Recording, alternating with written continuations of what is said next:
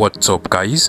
In this video, I will show you how to control any smart TV you have without the remote control. So if you misplaced your remote control or for some reasons your remote control is not just working, this video will guide you to still be able to control and use your smart TV without the remote control. Now over here I have an Android TV, but it doesn't matter the type or brand of smart TV you have, whether you have a Samsung TV with the Tizen operating system, the LG TV, a Google TV, the Hisense Smart TV. I'm going to completely cover two different ways you can control any smart TV without the remote control. Now for the first method, basically you want to go ahead and locate the power or menu button on your TV. Now every smart TV actually has a power or menu button, and this power or menu button can sometimes be found just at the bottom of the TV, or sometimes depending on the model of the TV it can actually be found on the back of the right hand side or the back of the left hand side of your smart TV. Now what you just want to do is to go ahead and locate that button, and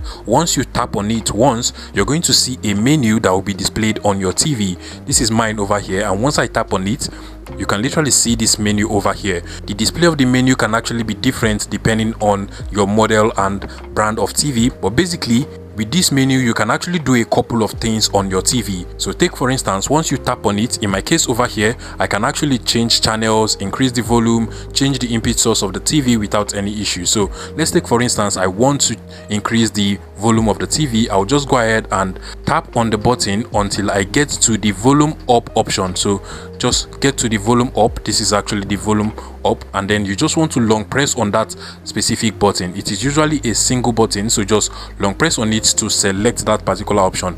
If you want to reduce, tap on it to get to that particular menu, and then long press on it to reduce the volume. You can literally see the volume of my Android TV over here is currently reducing. So you can go ahead and do this same thing for any smart TV you have, and trust me, there is always a power or menu button for you to be able to perform certain functions like this on your smart TV.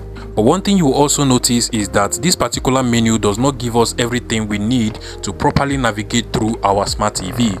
And this brings us to the second solution. For this method, we are going to be controlling our smart TV using a phone. Now, if you have an Android TV or a Google TV, the process will be quite different from other smart TVs with different operating systems like the Tizen operating system of Samsung or the LG WebOS or the Hisense Vida. Now, first things first, for Android and Google TVs, what you want to do is to go ahead and make sure that both your phone and your smart TV is actually connected to the same Wi-Fi network. Mine currently is connected to the same Wi-Fi network as my TV. If you do not know how to connect your TV to Wi-Fi without the physical remote control, I have made a separate tutorial on how to go about that. But basically, if your TV has connected to a Wi-Fi or a hotspot network before, it should automatically connect to that same Wi-Fi or hotspot network once the TV is turned on. So basically what you want to do is to go ahead and make sure that both your phone is connected to that same Wi-Fi or hotspot network, and then once that is done, you want to head over to the Google Play Store or App Store, and then you want to search and download the Google Home app. It's a very popular app, and we're going to be using it to control our Google or Android TV. Now you can literally see mine over here. I'll go ahead and update it, and once it is done downloading and installing, you can go ahead and open it up directly from here. If you're using this app for the first time, you might actually have to set it up with your Gmail. Just go ahead and set it up, and then as long as your phone and your Android or Google TV are connected to the same Wi-Fi network as your phone, irrespective of the brand of Android or Google TV, you just want to come over to this devices tab over here, and from here you should be able to find the name of your Android or Google TV. Just go ahead and select it. In my case it is the living room TV, and then click on the open remote option over here, and just like so, you're going to have to enter the code that is displayed on your Android or Google TV inside of this input field.